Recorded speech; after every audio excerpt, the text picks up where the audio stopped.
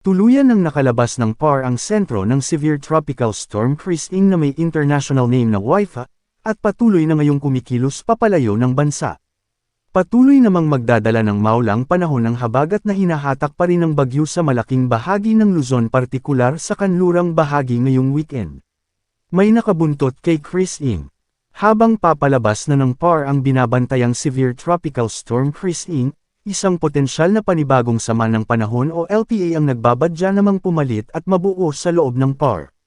Mataas rin ang tsansa nitong maging bagyo next week at patuloy na hahatakin at palalakasan ang habagat na magdadala pa rin ng mga pag-ulan, partikular sa kanlurang bahagi ng Luzon. Tatawagan itong Dante sakaling mabuo na bilang bagyo, ang ika-4 na bagyo sa loob ng PAR ngayong taon.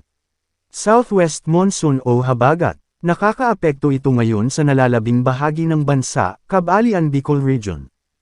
Dahil dito, makakaranas ng kadalasang pag-ulan at pabagso-bagsong hangin na posibleng magdulot ng mga pagbaha o pagguho ng lupa dahil sa malakas hanggang mas malakas na pag-ulan sa Metro Manila, Pangasinan, Zambales, Bataan, Cavite, Batangas, Occidental Mindoro, Palawan, Western Visayas, at Negros Island Region.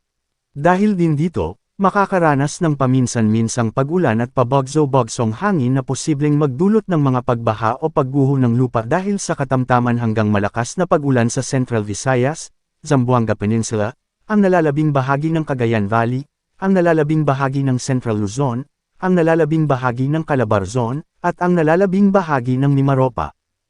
Samantala, ang mga nalalabing bahagi ng bansa, kabilang ang Bicol Region, ay makakaranas ng maulap na kalangitan na may posibleng kalat-kalat na pag-ulan, pagkidlat, at pagkulog na posibleng magdulot ng mga pagbaha o pagguho ng lupa dahil sa katamtaman hanggang minsang malakas na pag-ulan. Banta ng malakas na pag-ulan ngayong araw. Intense torrential rains, Apayao, Abra, Ilocos Norte, at Ilocos Sur. Heavy intense rains, Cagayan, Batanes, Benguet, Kalinga, Mountain Province, Ifugao, at La Union. Moderate heavy rains, Isabela, Nueva Vizcaya, at Quirino. Heavy intense rains, Zambales, Bataan, Tarlac, Pampanga, Palawan, Occidental Mindoro, at Antique. Moderate heavy rains, Metro Manila, Pangasinan, Nueva Ecija, Bulacan, Cavite, Laguna, Batangas, Rizal, Oriental Mindoro, Romblon, Aklan, Capiz, Iloilo, Guimaras, Siquijor, Negros Occidental, at Negros Oriental. Cloudy with some rains and thunderstorms, ang nalalabing bahagi ng bansa, kabilang ang Bicol Region. Cloud clusters, posibleng may mamumong sama ng panahon sa mga cloud cluster na bahagi ng monsoon trough at habagat. Manatiling nakatutok sa Witwer Balita para sa bago pang updates, don't forget to subscribe.